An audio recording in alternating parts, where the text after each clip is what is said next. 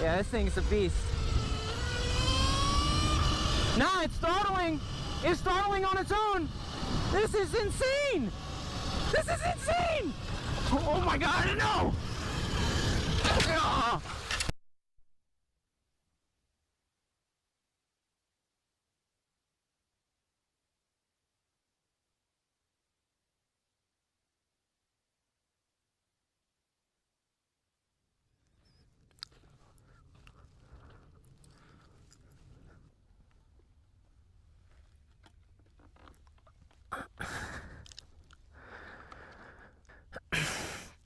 It's been 5 days, yeah, since the crash, and I'm still concussed. So I have a little list here of what I want to talk about.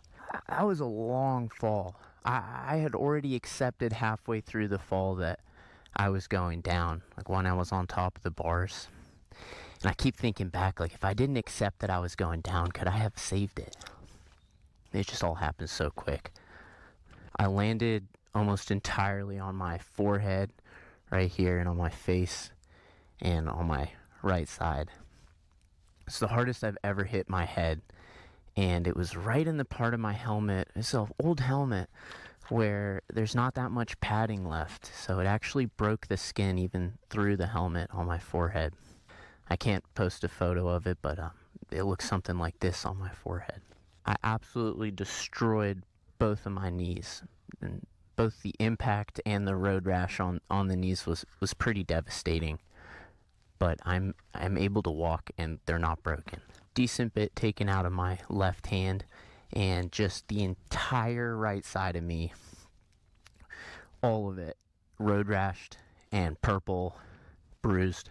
I've got road rash from the knee, the hip, all on my back. It was probably the dirtiest, nastiest, worst place to shred your skin off is Skid Row, where that happened. So I've just been paranoid about being infected ever since. And I was sitting there on the sidewalk, all I could smell was piss and shit. And I because I hit my head, it made me want to throw up so bad. I drove Ultra Rider home, barely. I was concussed. And I got it straight into the shower when I got home. And it was the most painful shower I've ever taken in my life, by far. Excruciating pain on fresh road rash to put soap and water on it. And I was yelling in the shower, like the most I've ever yelled in pain in my life. But you're in a shower, so like that noise is bouncing back at you. And I'm concussed, so I'm screaming at the top of my lungs in the shower, and like the noise is giving me even worse of a headache. I was just I'm almost passed out in the shower from that. I've broken bones, I've had surgeries. The road rash is something else. And it's frustrating because if I wasn't filming a video, the first time it goes throttled and I almost went through that red light. I mean, if I wasn't filming a video, I would have gotten right off the bike, loaded it up in the truck, and never ridden it again. But because I'm filming the video, I'm tuning it, I'm getting back on the bike. And then the second time it's happening, again, if I wasn't filming, I would have kept my hands on the bars. I would have turned the bike off. But because I'm making a video, I'm taking my hands off the bars. I'm showing, hey, this thing's throttling on its own. So it's just frustrating that because I was filming this video is the reason that this happened. This would not have happened if I wasn't filming. And this just is like a common thing for me. I feel like I'm always the guinea pig. You know, it just comes with reviewing new stuff, testing new stuff. You're kind of like a test rat. And usually the worst that happens is like it's a new bike, you know, the brakes are new and I'll loop it. That happens all the time.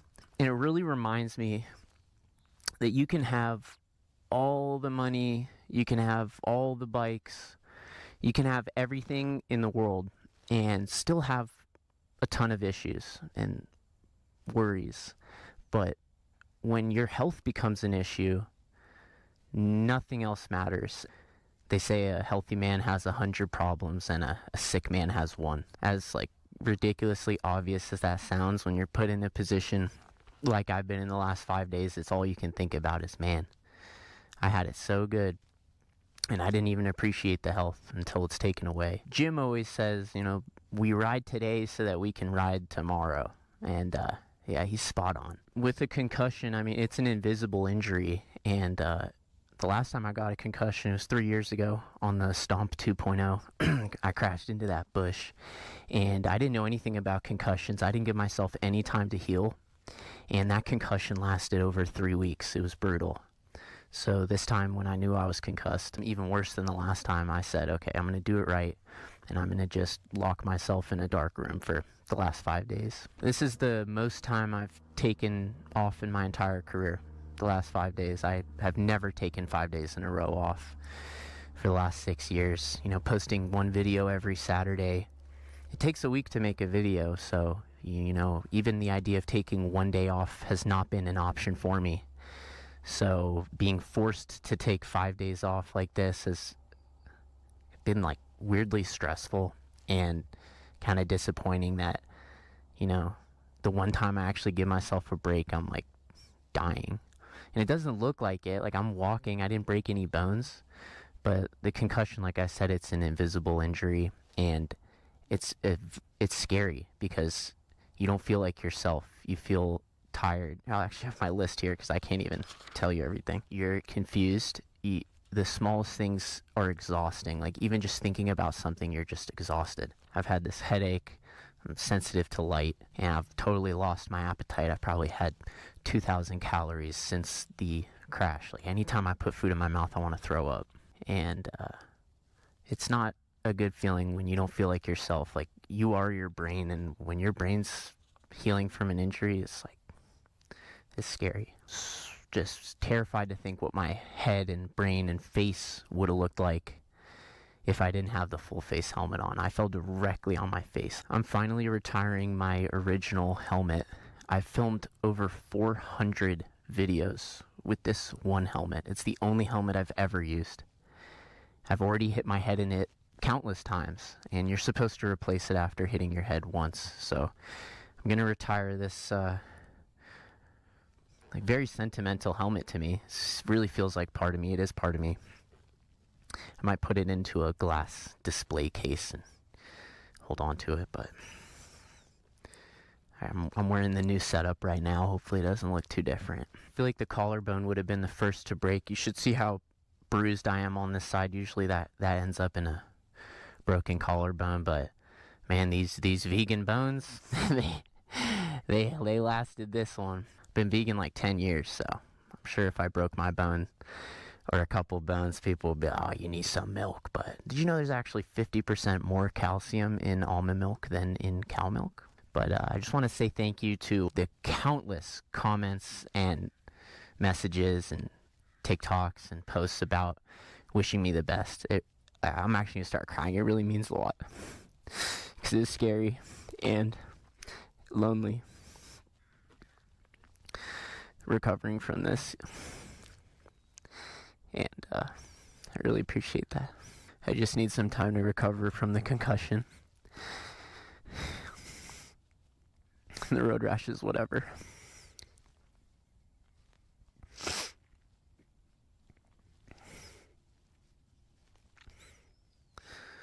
Just be safe out there. It's really dangerous. And I feel like a bad influence. Like, I've been promoting this stuff, and it's so dangerous, and people die all the time doing it, and I've seen that, and it's so easy to think, oh, that wouldn't happen to me. So I just want you to take this as an opportunity to learn from this alongside me. Yeah. This helmet's giving me a headache. I gotta take it off.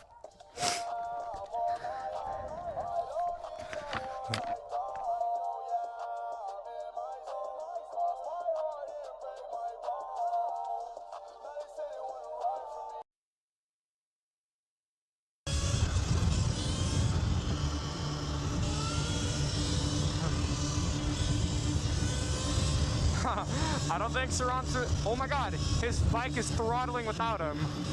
Oh no! Oh my god!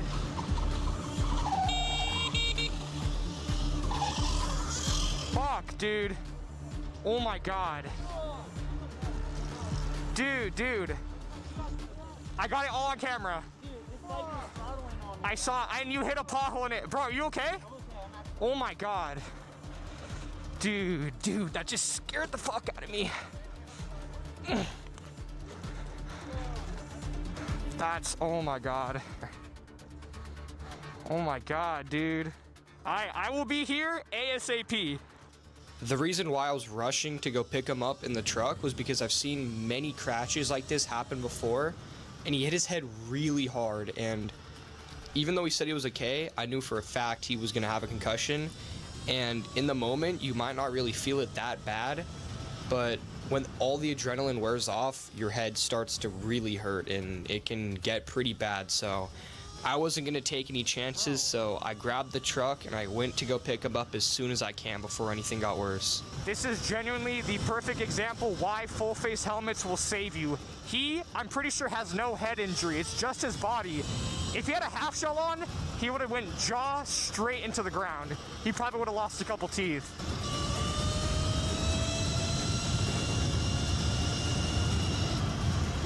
God, bro. All right, we're at his truck right now. I'm going to get my bike loaded as fast as I possibly can. I'm not waiting.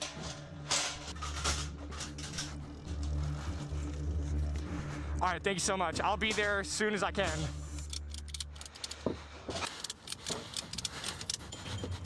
We're all good.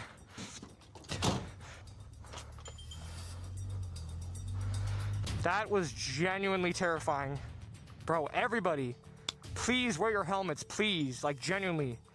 I've seen so much worse crashes than this. This is literally examples of why we need helmets. Like, that's why I prioritize full faces, because his jaw would have went straight into the floor.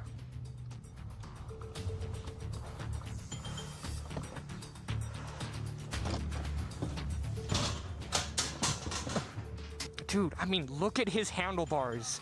Have you ever seen handlebars this bend? That's good, dude. I'm really happy. Oh my God. Dude, I got you. My dad taught me well. Bro, I got you. Anytime.